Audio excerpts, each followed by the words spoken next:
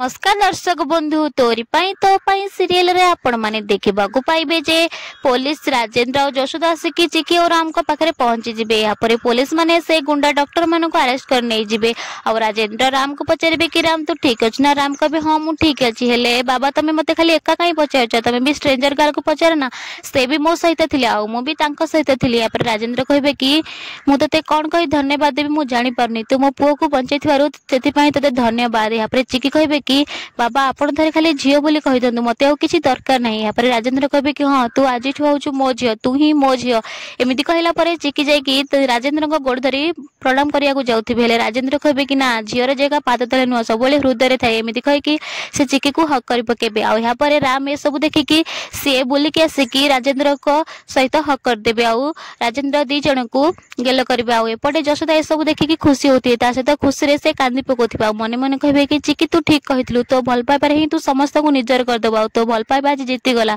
आ तो भल पाइबा पई तू आज राजेंद्र को भल पाइबा जीती गला और सिते झियो बोली मानि गले। हां दर्शक बंधु राजेंद्र एबे चिकी को बहु बोली ग्रहण करनेले आ आगो को आपण मन देखा पाबे जे कामिनी तांको बहु बोली ग्रहण करूछंती कि नाही।